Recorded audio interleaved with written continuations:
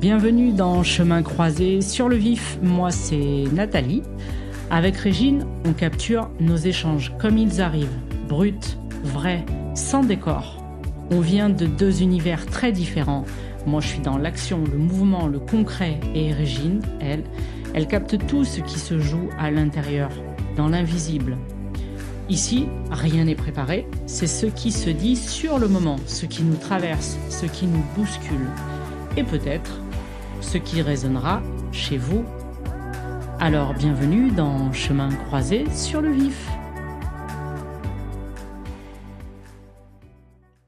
Cet épisode est le dernier de la mini-série que nous consacrons à l'amour. Dans les épisodes précédents, on a parlé du refuge, de l'intensité et de l'attachement, de ces moments où l'on peut se perdre sans même s'en rendre compte.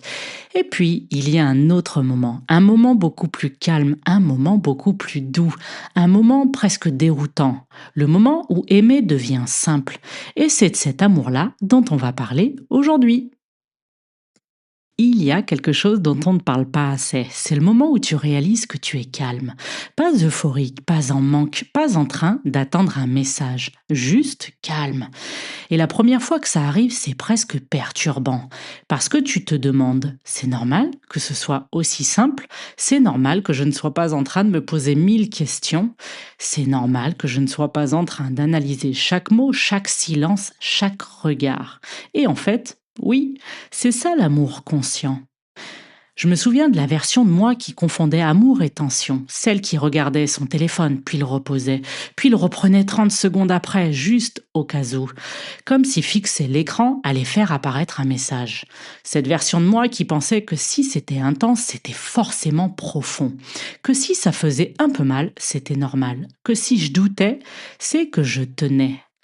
Aujourd'hui, je souris avec tendresse en pensant à elle, parce qu'elle ne savait pas encore que l'amour n'est pas censé te mettre en état d'alerte.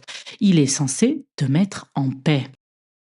L'amour conscient n'est pas un manque, ce n'est pas quelque chose qui vient te compléter, c'est quelque chose qui vient te rencontrer. Tu n'as plus besoin de convaincre, tu n'as plus besoin de retenir, tu n'as plus besoin de prouver, tu es toi, et l'autre est lui. Et il n'y a rien à forcer, parce que l'amour conscient ne repose pas sur la peur de perdre, il repose sur la liberté de choisir. Et paradoxalement, c'est beaucoup plus léger, beaucoup plus joyeux, beaucoup plus vivant. Il y a même quelque chose de presque enfantin. Tu ris plus, tu respires plus, tu redeviens simple.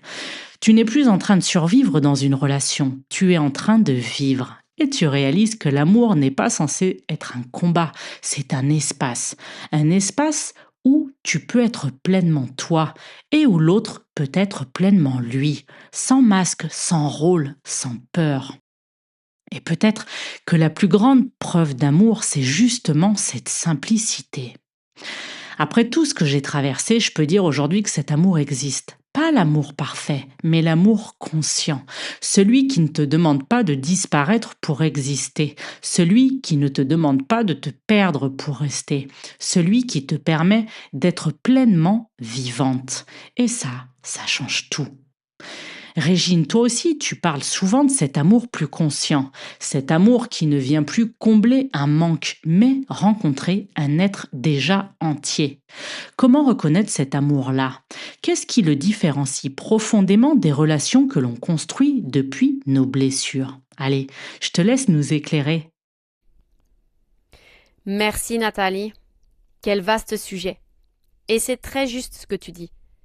Cet amour conscient, ce n'est pas un amour qui vient combler. Et je crois que c'est là toute la différence. Parce que pendant longtemps, on a appris à aimer à partir de nos manques, à partir de nos blessures, de ce que nous avons reçu, à partir de ce vide qu'on cherchait à remplir à travers l'autre, à travers une image, l'image de nos parents, de nos grands-parents, à travers tout cet inconscient collectif qui remonte depuis des décennies. Et c'est ainsi que s'est construit toutes les relations que chaque personne, que chaque homme, que chaque femme a rencontrées jusqu'ici. Et puis, il y a ce grand passage de cette évolution de notre espèce sur ce chemin du développement personnel qui nous a été jusqu'ici, et puis par les expériences et par l'ouverture Depuis notre intérieur, il y a cette rencontre consciente qui est la connaissance de soi. Et c'est de là de tout part, cet amour conscient. Cet amour conscient parle de justement cet endroit qui est complètement différent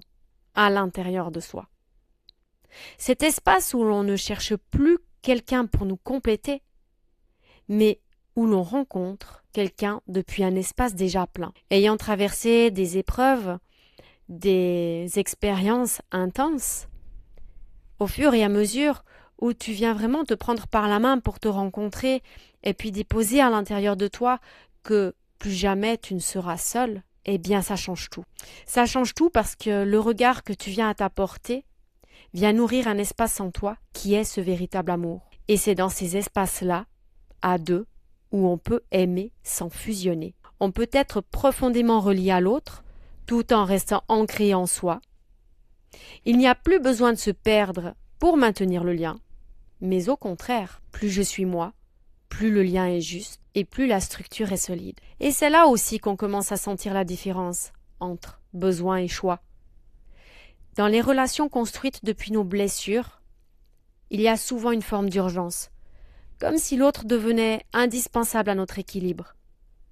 Alors que dans un amour conscient, je ne suis pas avec toi parce que j'ai besoin de toi pour aller bien, mais je suis avec toi parce que je te choisis. Et ça, c'est une bascule immense.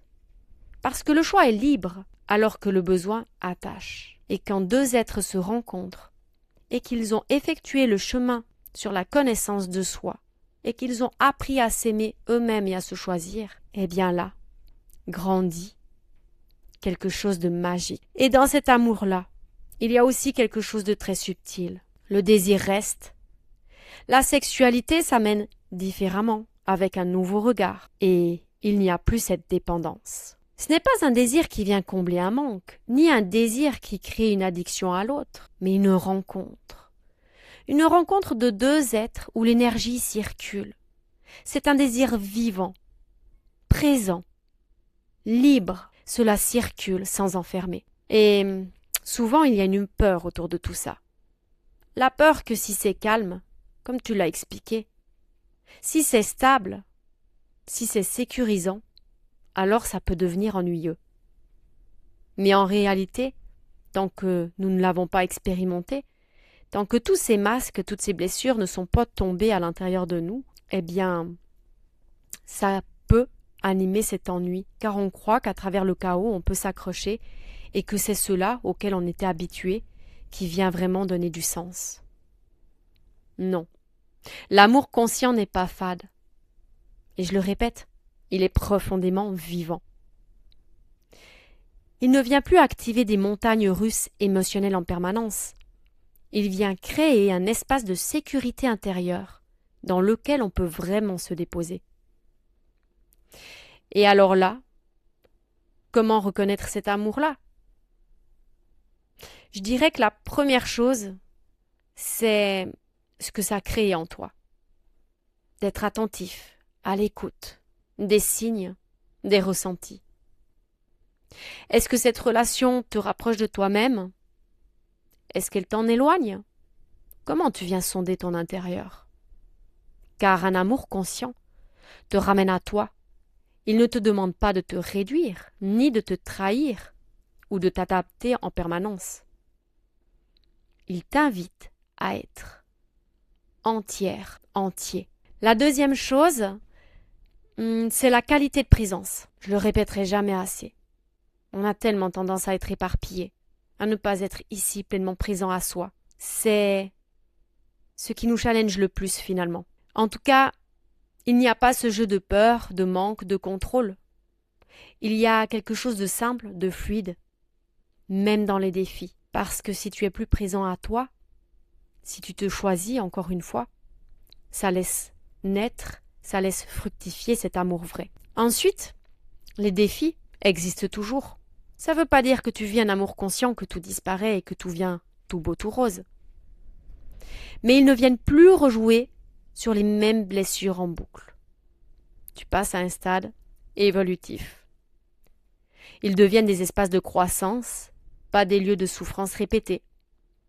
Et enfin, il y a cette sensation intérieure très profonde que tu peux être toi, pleinement. Les masques tombent, les stratégies aussi, sans peur constante de perdre l'autre, parce que tu ne t'es plus perdu toi-même.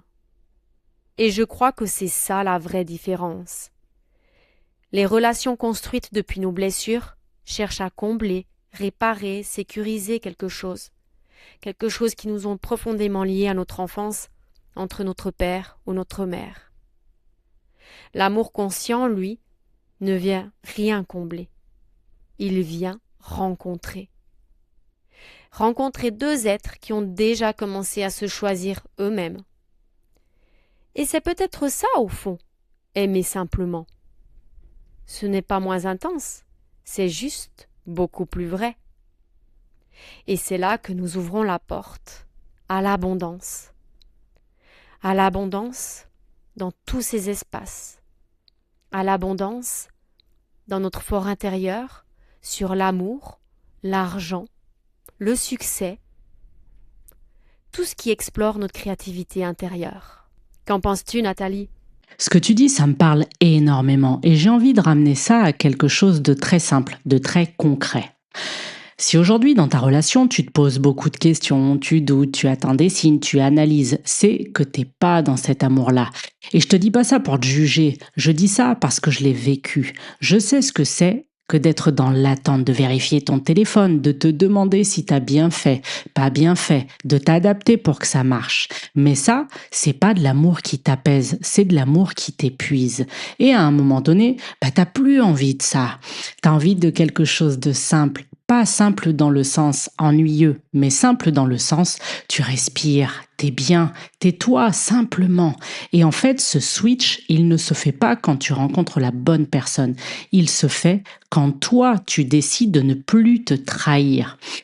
Quand tu te choisis, même quand c'est inconfortable, même quand ça te fait peur. Parce que c'est là, en fait, que tout change. Tu ne cherches plus quelqu'un pour te rassurer. Tu construis avec quelqu'un parce que tu es déjà bien avec toi-même. Et là, l'amour devient vraiment simple. Et honnêtement, quand tu goûtes à ça, t'as plus envie de revenir en arrière. Plus jamais.